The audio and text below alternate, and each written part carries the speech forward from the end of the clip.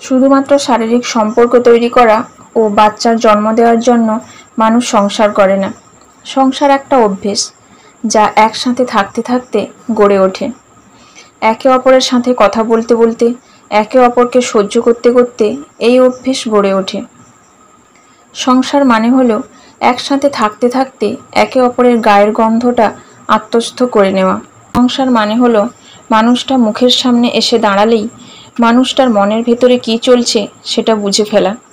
সংসার মানে হলো বর অফিস থেকে ফিরলে এক গ্লাস জল রোজই মুখের সামনে তুলে ধরা। সংসার মানে হলো ছেঁড়া বোতাম সেলাই করতে করতে নিজেদের ভেতর ভুল বোঝাবুঝিগুলো মাঝে মধ্যে সেলাই করে নেওয়া। সংসার মানে হলো অ্যাডজাস্টমেন্ট, তোমার আমার থেকে আমাদের হয়ে ওঠা। সংসার মানে মাছের ঝোলে নুন বেশি হলেও চুপচাপ হাসি মুখে খেয়ে ফেলা।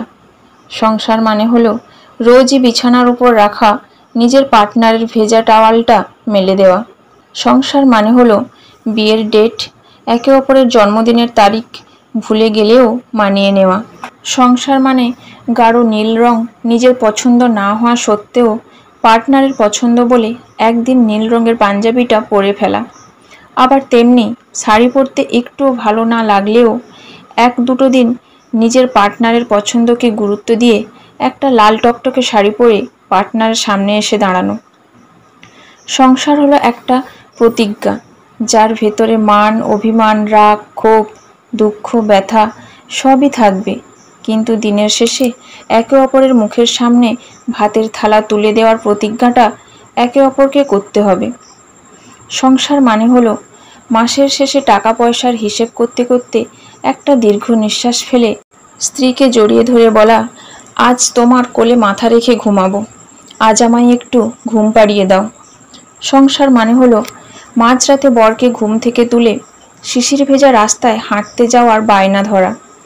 সংসার করা সহজ, কিন্তু একটা সংসারকে প্রতি মুহূর্তে যাপন করা সহজ নয়।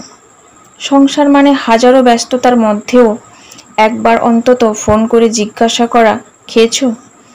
সংসারে ওঠানামা ভাঙাগড়া থাকবেই, কিন্তু হাঁপিয়ে গেলে চলবে না। একে অপরকে মানিয়ে নিতে হবে, একে অপরের সমস্যায় পাশে থাকতে হবে, একে অপরকে সাহস যোগাতে হবে।